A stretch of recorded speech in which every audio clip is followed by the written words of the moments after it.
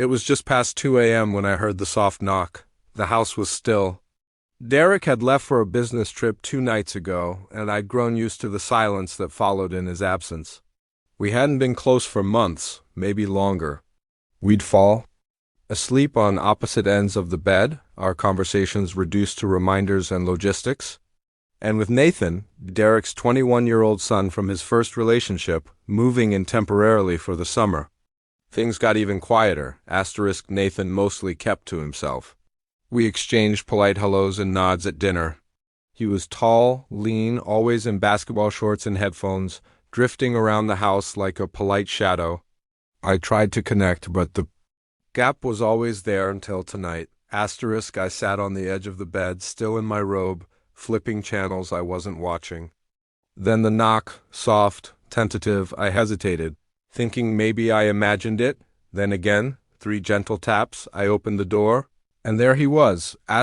Nathan stood barefoot in the hallway, shirtless, his messy hair falling into his eyes.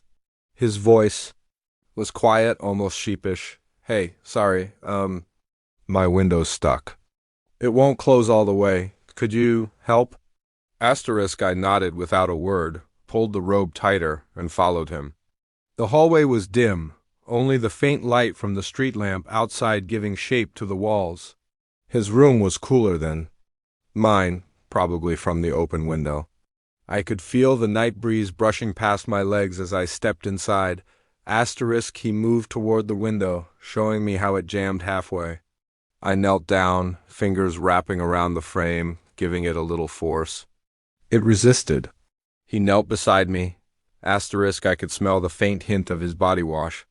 Something clean, fresh, youthful. I've tried like 5 times, he said with a small laugh. I swear it hates me, I smiled. Let me handle it. It finally gave way with a groan and slid shut. I turned to tell him, only to find him closer than I expected. His face was inches from mine. No smile, just watching me. There was a long silence before he said, "Can I ask you something?" I nodded. "Do you ever feel like you're just existing around people, not with them?" The question caught me off guard. His eyes searched mine, serious now. I shifted, leaning back against the wall. "All the time," I said quietly. He looked down, fingers brushing the carpet. "I do, especially here. I mean, not with you. With you, I don't feel invisible." I felt my throat tighten. "Nathan." "I'm not saying anything's supposed to happen," he said, eyes lifting. "To meet mine again? I don't know. I feel like you get me." That silence again. "The kind where you feel your heartbeat behind your ears. The kind where the air changes. He moved to sit on the edge of his bed, leaving space beside him. Not asking. Just waiting, and I sat. Neither of us spoke. I could hear a dog barking faintly down the block, a car driving past in the distance, and the relentless thrum of my pulse in my chest. I don't mean to make things weird," Nathan said finally. "I just wanted to talk to someone who doesn't pretend all the time." I looked at him, really looked.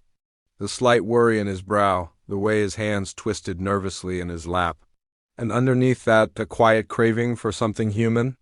"Something real, You're not weird," I said softly. "And you're not invisible, **. He turned to me slowly. Our faces were close again, closer than they should have been, and yet I didn't move. Neither did he. There was a warmth between us, not just physical, something else, something dangerous. "I should probably go," I said, though I didn't stand. His gaze didn't break, "if you want to." But I didn't. I just stared back, held there by something I couldn't name. I finally rose, forcing my breath steady. "Windows fixed, **. "Thanks," he said, voice low. "For that, and, everything else." I nodded and left the room, my robe brushing the doorframe on the way out. The hallway felt colder now, quieter. As I closed my own door and lay back down, I knew something had shifted.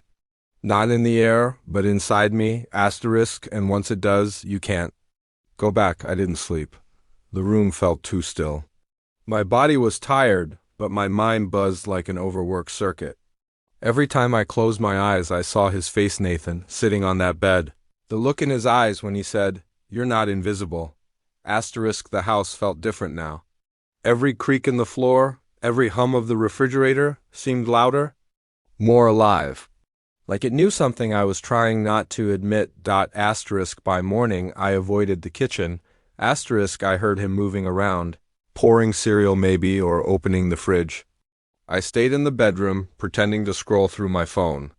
I thought if I gave it time, the strange current between us would pass. That whatever happened, if anything had actually happened, would just fade like a dream after waking, but it didn't. It lingered. Later that afternoon, I went out to water the plants on the back patio, hoping the sunlight would ground me. Nathan stepped outside not long after, sipping something cold. His t-shirt clung to his chest, and his damp hair suggested he'd just showered. He didn't say anything at first. Just stood near the sliding door, watching me. I avoided his eyes. "You okay?" He finally asked. "I'm fine," I replied. Too quickly. "Why wouldn't I be?" He shrugged. "Just felt like something shifted last night." I didn't answer. My fingers trembled around the watering can, and I cursed myself for it.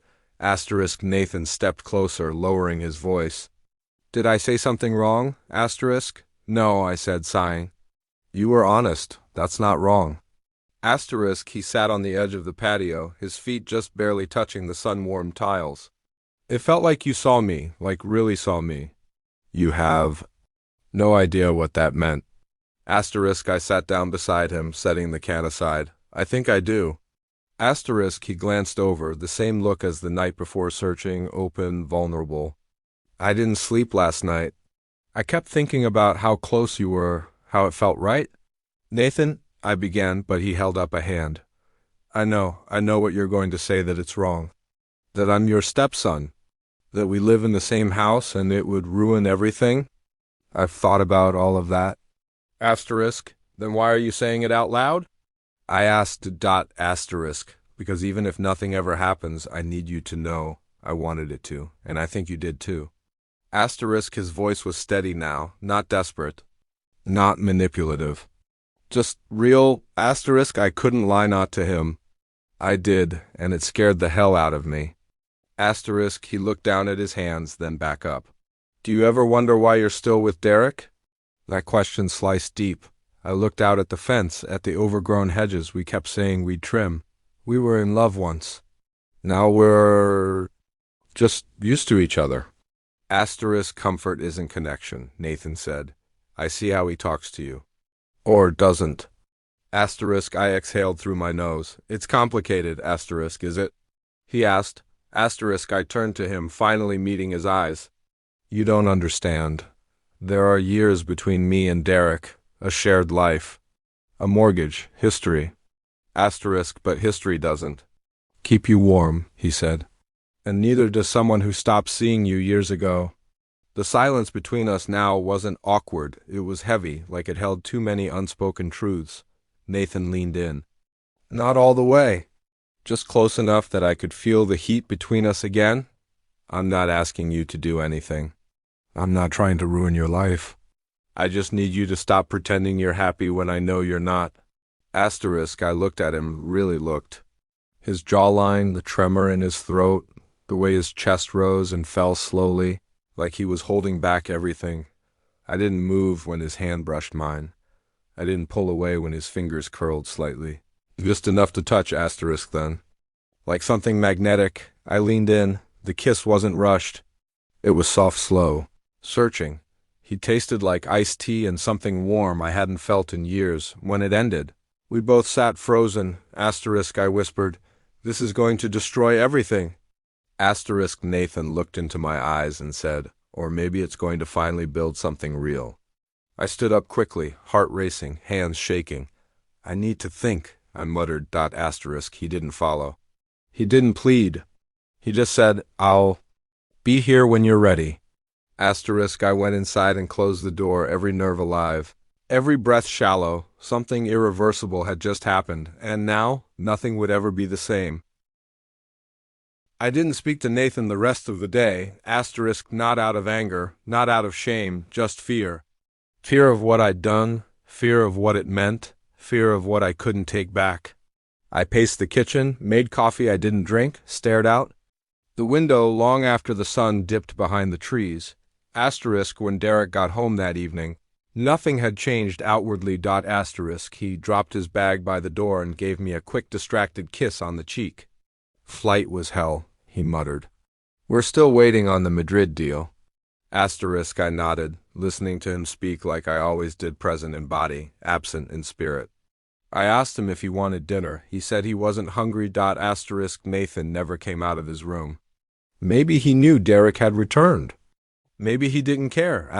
Later that night, I lay beside Derek, both of us facing away from each other, just like always. His breathing grew slow, and even within minutes, asleep, peacefully unaware. And I stared at the ceiling again, waiting for some kind of clarity to show up like a sign in the dark, but it didn't, because clarity never knocks. It waits until you've already stepped past the line. The next morning was tense. Derek left early for meetings. I was left with silence again. I walked past Nathan's door, hesitated, then kept going. I told myself if I ignored it long enough, the storm would pass, that we could pretend nothing ever happened. But pretending doesn't undo truth. That afternoon, Nathan found me in the living room. He stood in the doorway, arms crossed, expression unreadable. You said you needed time, he said softly. I gave you time. I looked up at him, and for the first time in years I felt entirely seen, naked, exposed, vulnerable. There was nowhere left to hide. I don't know what I'm doing, I admitted. Nathan walked in slowly, sitting across from me. Neither do I, but I know how I feel, and I know what that kiss meant. It meant a lot of things, I said. Some of them beautiful, some of them terrifying. I'm not asking you to choose me over him, Nathan said. I'm asking you to choose yourself. Those words hit hard. They weren't romantic. They weren't selfish. They were honest. Brutally honest. I've built a life with your father. I whispered. And how much of that life is built on love? He asked. And how much is built on habit? I closed my eyes. The truth bubbled up before I could stop it. I haven't felt loved in a long time. I feel like a ghost in my own home. Nathan leaned forward. Then let yourself live again. A silence stretched between us. Not uncomfortable, just necessary. Do you regret it? He asked. No, I said without hesitation. I regret the timing, the place, the way it all happened. But not the feeling. He nodded, eyes holding mine. So what now? I don't know, I said again. But I can't keep lying to myself, to Derek, to you. We sat there, the weight of truth settling between us. That night I told Derek the truth, not everything. Not the kiss, not the electricity between me and his son. But I told him I wasn't happy. That we were broken and we'd been pretending for too long. That I felt like I was slowly disappearing inside this house. He didn't yell. He didn't cry. He just stared at me like I was speaking another language. Then he nodded almost sadly and said, I guess I knew. He slept in the guest room that night, and I didn't sleep at all. At 1:47 a.m. I got up. I didn't plan it. I didn't dress up or rehearse words in my head. I just walked down the hall, barefoot, robe clutched around me. I paused in front of Nathan's door. My hand hovered, heart pounding, then I knocked. The door opened within seconds. He didn't speak. Neither did I. He just stepped aside, and I walked in. The room was dark, lit only by the glow of his desk lamp. The bed was unmade. The window was closed. I stood near the foot of the bed.